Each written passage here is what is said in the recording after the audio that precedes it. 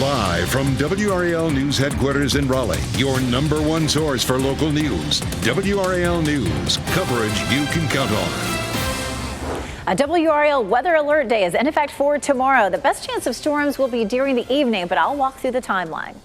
We also have breaking news we're following this morning. A person was hit in the head with a brick overnight on NC State's campus. Michael Grace is in the WRAL Breaking News Tracker with details on that. And relief for drivers in the Triangle who dealt with a major bottleneck for years. We will check in with WRAL's Nye Harden to see how the morning commute is going after new lanes were open on a stretch of I-40 in Johnston County. It's going to be a real time saver. Good morning, everyone. It is 6 o'clock. We are here to start your day, and we hope to make it worth your time. I'm Renee Chu. And I'm Jeff Hogan. Yeah, maybe a smooth sailing Thursday, at least on the roads. We know weather-wise things are going to change in the next 24 hours. Elizabeth Gardner is in the WRAL Severe Weather Center right now with those spotty showers across our area. Yeah, just a few light showers for us overnight last night. And of course, we even saw that late yesterday. So that continues. And you know how it was yesterday. You know, sprinkle a little bit and then it would dissipate. And that's pretty much what we're seeing. So we're seeing some rain along the I-95 corridor eastward from, say, Raleigh northward and westward. We're not seeing much, but down in the Sandhills, we're seeing a few light showers out there this morning. Here's a look at Futurecast, and we're likely to keep this in place for much of the day, but it will be light and patchy. We're not looking at thunderstorms or anything terribly heavy. Here's a look at 9 a.m. We'll roll it through lunchtime, and it's looking pretty light there. But during the afternoon, we may have a better chance from Raleigh northward. There's 4 o'clock in the afternoon.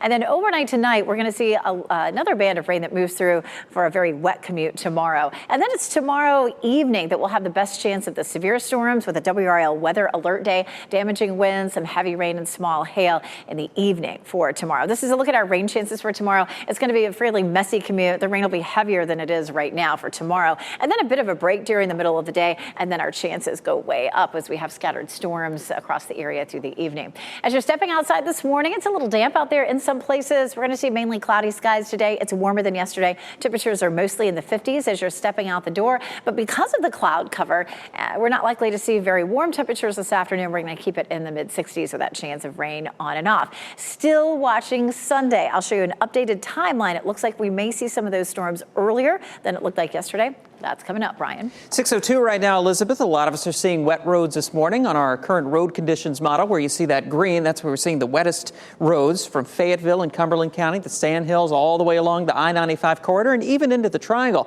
Do want to take you to one of those cameras along I-95 out at Highway 50 or Main Street in the Benson area. And you can see where the roads are a little damp this morning, so slow down and take it easy. Still looking good around the Triangle. Just check with Raleigh 911. No crashes reported anywhere in Wake County, and also quiet at the moment in Durham and Chapel Hill. Renee?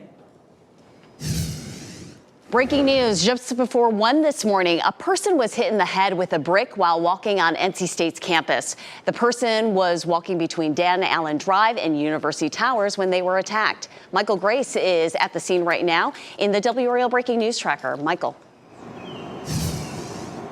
Yeah, good morning, Renee. And obviously a very scary scene when you hear that somebody is hit in the head with a brick. And right now we're still working with university officials to find out the condition of that person who was hit, and obviously still asking them throughout the morning on if they have a potential suspect at this time. But we're going to keep you updated once we get those answers. Live in Raleigh, Michael Grace, WRAL News.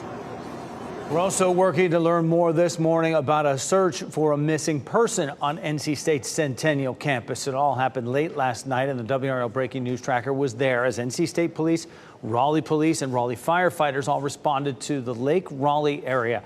A swift water rescue team went out on the water. Drones were used as part of the search as well. That scene cleared after 11 o'clock last night. There's no word yet on who they were looking for. Parts of Wisconsin and Michigan could see record flooding this morning. Some areas of the Mississippi River are expected to crest at 16 feet today. People in the area are preparing by filling up thousands of sandbags. Right now, more than 24 river gauges are in major flood stage across the Midwest, with flooding in some spots expected to be the worst in 20 years. The threat is caused by the combination of spring water and winter snowmelt. People say it's a storm of the century, the year, that we've never seen a blizzard like this, and then Mother Nature says, hold my beer. Currently, there are more than 400 miles with flood warnings along the Mississippi. We're preparing for a WRAL weather alert day tomorrow. Now is a good time to download the WRAL weather app for a real-time look at the radar anytime and alerts and warnings for your area. We'll learn more in just a couple hours at 8:30 this morning about how likely it is for the economy to fall into a recession this year. The Bureau of Economic Analysts will release its first quarter GDP report at 8:30 this morning. Gross domestic product represents the broadest measure of the U.S. economy. Financial experts say they expect the report to show the economy is growing, but at a slower pace than it was at the end of 2022. That's attributed to effects of higher interest rates and recent financial market turmoil. A major Triangle traffic bottleneck is gone after more than 15 years. WRAL's Naya Hardin is live along I-40 in Gardner, where new lanes are giving drivers major relief and shortening the commute. Naya. Yeah, a lot of drivers probably noticing that nice stretch of road here. It's nice and smooth. You can actually hear it too. You notice traffic picking up, but we are not having any problems this morning as we see that rush hours start to kick in. And a lot of that is because we now have all lanes that are open in both directions of I-40 between 440 and the Clayton bypass. The 5-year project added at least 2 additional lanes in each direction, helping to save drivers 10 minutes on their morning commute. And crews are still working on the Jones Sausage Road and 70 business interchanges over the next several months. So as you're driving, you do want to make sure to be careful to watch out for those work zones. Naya Hardin, WRAL News in Garner. The GOP's debt limit bill is now headed to the Democrat-led Senate. The House narrowly passed that bill by a couple of votes last night. It would raise the nation's debt ceiling that also slashes spending. The bill will go nowhere in the Senate, where Democrats have control. They take issue with other parts of the bill that impose work requirements for Medicaid recipients and ends many of the climate policies President Biden signed into law last year. Durham police are investigating a crash that killed a person who was trying to cross a major road between Durham and Chapel Hill. This happened on 15501 just before noon yesterday. Investigators arrested 20-year-old Chaunesti Saunders. They say she left after her car hit the woman, but came back hours later and was arrested. She's charged with felony hit and run, misdemeanor death by vehicle, and speeding. Today, a group working to make Orange County schools safer will meet to discuss new ideas. The Orange County Schools Safety Task Force will meet at 5:30 tonight at the Davis Environmental and Agricultural Center in Hillsborough. The meeting is open to the public. The 18-member task force includes law enforcement, students, and representatives from the county's 2 school districts. Wake County Schools will celebrate its outstanding teachers tonight. The school system will name its Teacher of the Year at a banquet at the Raleigh Convention Center. The event will also honor all school-level Teachers of the Year, as well as the 4 first-year Teachers of the Year. Congratulations to them. A man says his car was targeted, then stolen. Coming up, what experts say your insurance will cover if something similar happens to you. Plus, history could be made tonight during the NFL draft. The new rule that could allow an Army football player to play instead of serve. And tomorrow is a WRAL weather alert day. We have a level 1 risk for severe storms. I'll show you the updated timeline for the severe weather. As you get into your car, tune to WRAL News Plus on your radio. In Raleigh on 99.3 FM. In Durham, 96.5 FM. And everywhere on 101.5 HD3.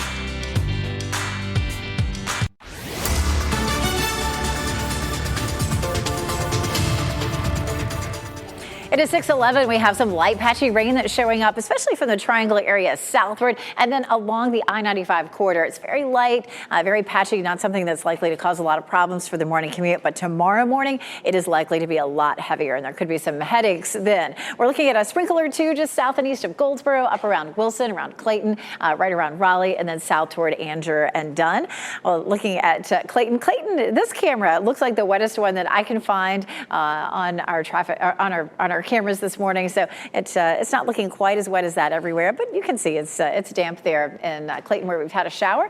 Our temperatures are warmer than yesterday, looking at 54 in Lewisburg, 58 in Irwin. It will be a cool afternoon with highs in the 60s, Brian.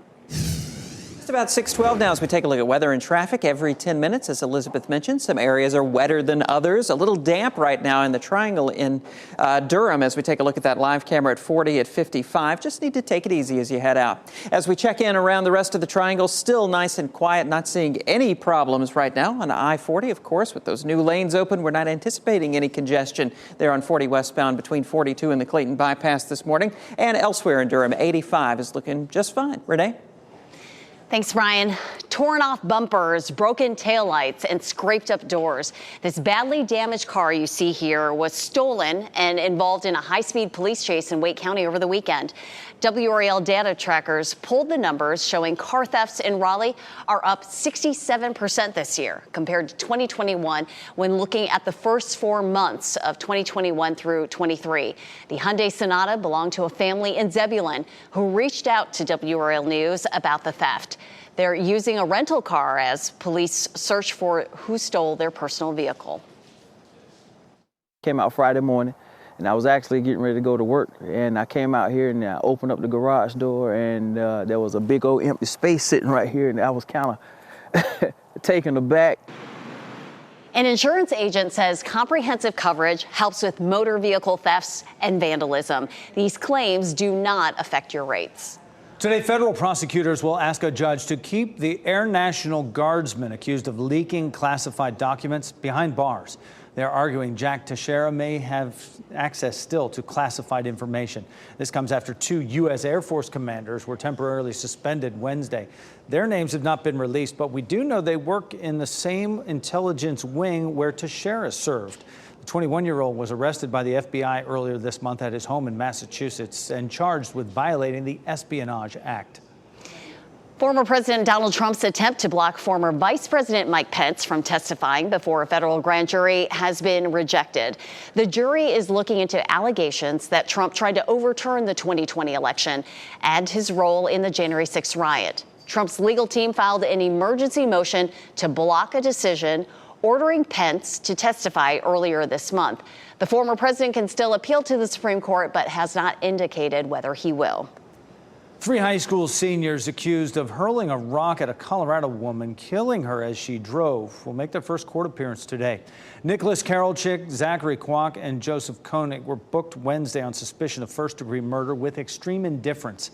20-year-old Alexa Bartel was killed on April 19th after a rock was thrown through her windshield while she was driving near Denver. A total of 7 drivers were hit that night. 2 other victims had minor injuries. The Cumberland County Sheriff's Office says its renewed search in a missing person cold case turned up no answers. Kent Jacobs disappeared from Hope Mills 21 years ago. The Sheriff's Office got a tip that Jacobs' body might be buried in a lot off Jackson Street in Hope Mills, but nothing was found after 3 days of searching. The family says they will not give up hope of finding answers as to what happened. So many storylines unfolding ahead of tonight's NFL draft. This is a live look right now outside Union Station in Kansas City, Missouri. Locally, the Carolina Panthers are getting a lot of attention with the #1 overall pick. Also getting a lot of attention, a West Point cadet who could make history if he is selected. WRAL's Ken Smith joins us now with the backstory that could make front page news in the next few days. Ken. Yeah, Jeff, this story is even more interesting around here since we live in a military community. We've got Fort Bragg, Camp Lejeune down there in Jacksonville, Seymour Johnson Air Force Base in Wayne County.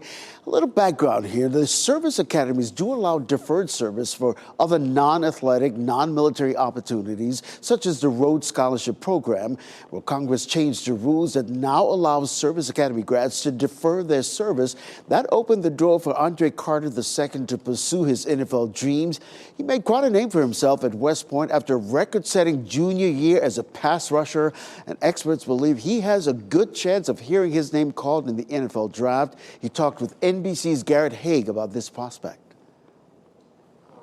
That's part of the appeal for a team that might draft you, right? I mean, they're not getting a 22-year-old kid. They're getting somebody who the U.S. Army says is ready to be an officer and lead men into battle.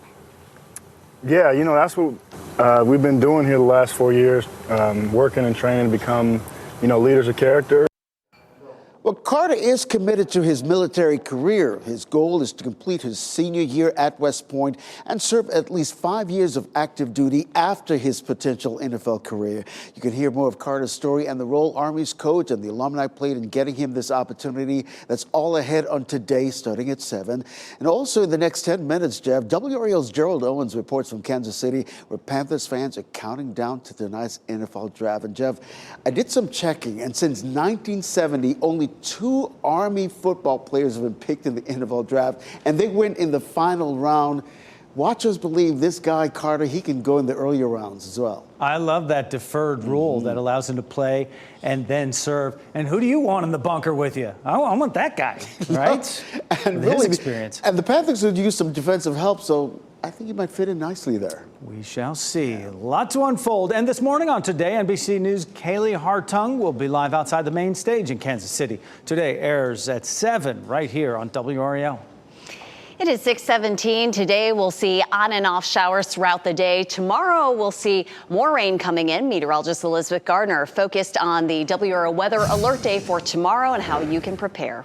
As we're getting closer and closer to Friday, we have more new information coming in with the timeline for showers and thunderstorms for tomorrow. It looks like rain for us in the morning, maybe a very messy commute. And then the bulk of the day is actually fairly dry, and we don't see the thunderstorms coming through until the evening. We're going to walk through Futurecast for you coming up in just a second. But damaging winds, small hail would be the main things that we'd be watching. Here's a look at the big picture. This is the storm system that comes our way for tomorrow, and it does have a history of producing some severe thunderstorms or some warnings happening right now across parts of the deep south. We also have a few sprinkles that are moving through our area, and if you look from where they're coming, from the mountains stretching all the way back down to this warm front, you can see there's a line of rain, and so it does look like we could see some isolated showers on and off for a good chunk of the day today.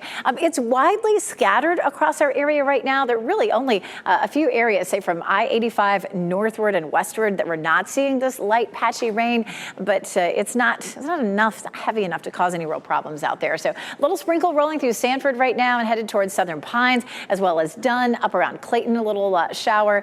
We take a look at Futurecast, and we'll likely see this on and off. I know Futurecast shows up with some of those orange and red colors. That part of it is a little bit overdone, but we like the timing of this. You can see some isolated showers that continue with a little bit of a break right around lunchtime. And then as we get into the evening, we may end up seeing another round of at least a few isolated showers. But it definitely looks very wet for us tomorrow morning. This is midnight tonight into early Friday morning. You can see the wet conditions there at 4 a.m. That does start to pull out and taper off a little bit between 6 and 8, and that's great news. Then another break in the precipitation during the day tomorrow. And then right around dinner time, this is when we start to see the thunderstorms rolling through, and that may last up until midnight or so. That's when we'd have our best chance of severe weather.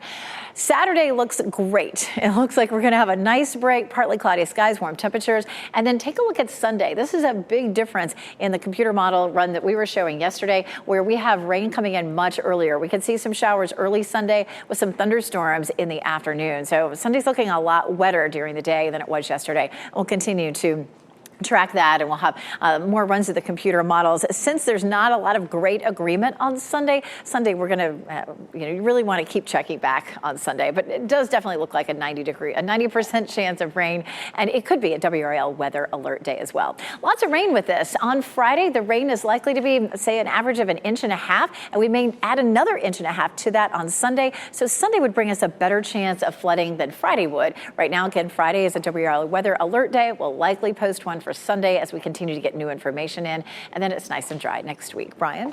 Let's head out to I-40 for a live look at South Saunders Street. This is that live camera there, and you can see how wet it is. We are seeing damp conditions even in Raleigh this morning. A little bit of spray getting kicked up out there, and you can see the lights reflecting off the wet pavement. Elizabeth mentioned that we're seeing some light showers, spotty showers moving through much of the area, so just need to allow some extra time. It's not going to rain hard, but it is leaving behind some pretty wet roads. Taking a look around the rest of the triangle right now, we're not picking up any crashes in Wake, Durham, or Orange County, and isn't it nice to see everything flowing freely on 40 westbound around the Clayton bypass? No delays this morning from 42 up to the Beltline split. It is nice, Brian. Thanks. This could be nice, too. You can now get your Wendy's fix just by going to the grocery store. We'll tell you which staple menu item is hitting the store shelves coming up. And here's a look at your lottery numbers. We'll be back with what's trending.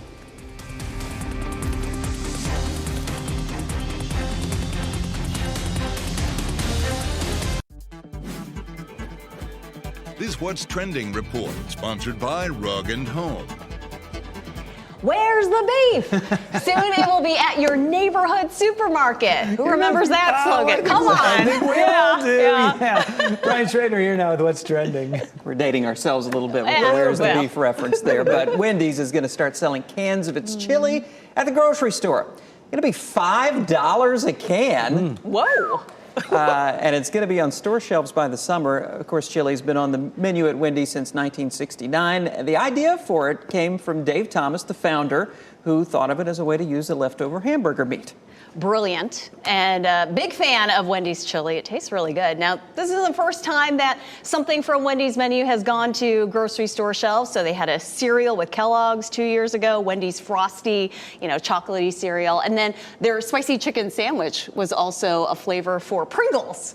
Oh, yeah, I do remember that now. Is that a big can, I hope, for $5? $5? Yeah, I know. It'd be cheaper just to go to the restaurant and freeze it. And could be. Just go to Wendy's. Yeah, just go to Wendy's. After a 4-year break, a Netflix favorite is coming back. The streaming service announced that the popular anthology series Black Mirror is going to return for season 6 in June. The first trailer shows a star-studded cast, including Aaron Paul, Kate Mara, and Salma Hayek. Yeah, Salma Hayek, how about that? And they say that, after 4 years, who remembers the format, right? I don't, but they say the format has changed just a little bit, and this will be the most unpredictable season that you'll find out there. Wait and see. There's your teaser. All right. Ryan, thank you. A lighthouse in eastern North Carolina is providing a new activity for people to enjoy. The Body Lighthouse is now open to visitors once again, and you can go to the top. Take the 219-step climb of this 165-foot tall tower at your own pace. It's listed on the National Register of Historic Places and the third lighthouse to serve the Manio area.